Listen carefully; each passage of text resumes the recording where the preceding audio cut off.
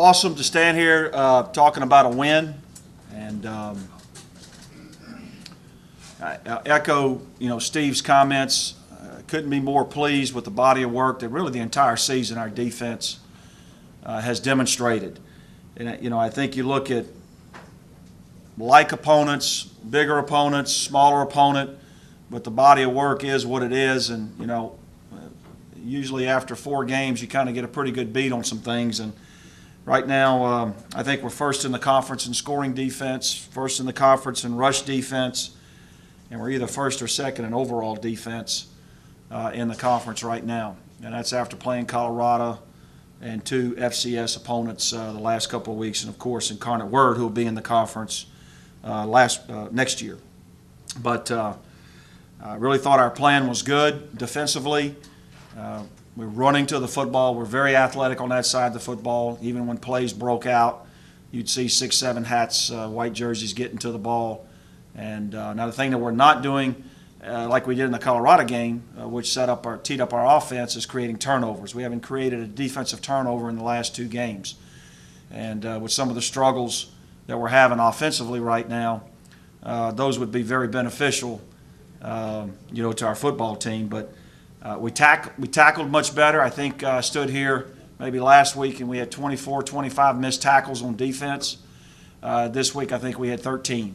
And you're not going to ever play a perfect game, but we significantly improved by 50% our tackling in space. And it's interesting that when you make an emphasis on things, whether it be with your children or your football team or whatever it may be, if you work on it really hard and it's important to you, you'll get better at it. And our defense did a much better job tackling. Really, there was only 3 plays in the game the entire football game defensively that they looked at and I looked at and felt like we could have been hurt. We missed 2 assignments on 2 pass plays, one right before the half. Busted a coverage there. We busted a coverage on the 3rd down play at the end of the game inside the 10-yard line where we cut the receiver wide open, and I guess he had a Jackie Smith moment. And if you guys know Jackie Smith, his dropped touchdown pass in the end zone in the Super Bowl. But we turned him free, and then we didn't fit our gap correctly on one of their touchdown drives, and we leaked out a 29-yard run, which was their longest rush of the night. But outside of that, sure, they got a few yards here and there, but our gap integrity was good. Our communication was good. We ran to the football. We tackled much better. I couldn't be more pleased. And when you do those things, the results, the proof's in the pudding. We gave up 13 points. So this is a great week, and it comes at a perfect time, obviously, for health reasons, but a great week for us to do this reflection. So when we get back with our players here and start game planning for McNeese, we'll have a plan moving forward and feel good about it. With that said, though, it's a critical week, and we haven't had a week like this. Dr. Teague and I were talking about it. Our open date the last couple of years has been late in the season, and it's always good to get an open date, but late in the year sometimes isn't always the best time. We're a third of the way finished with the season, and it comes at a great time. Number 1, for health. Number 2, for us to be reflective of what's working, not working, moving forward. And then number 3, the player development aspect of our program.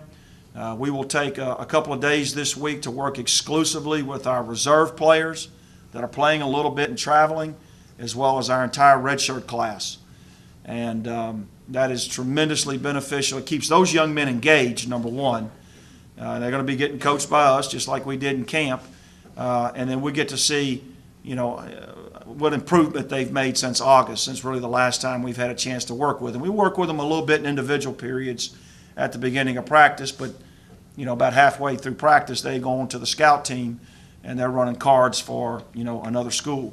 So we get an opportunity to see how much they've improved in their growth, and then certainly, just to be around those guys, I think keeps them engaged and keeps them focused on why they're here and what they're doing. In addition to that, we will take a pretty big jump this week in recruiting. I'll have 4 coaches out this week. The rest of the staff will be in the house as we get into Texas a little bit. and then to Mississippi and to the community colleges. And then on Friday night, we'll be out at some of the high school games throughout the state of Arkansas. So it really takes on a lot. There's no off week. I mean, there's no off week. There's just more to do. We don't have a game on Saturday, but this is a great time for us to get some things accomplished that we need to accomplish in mid-season.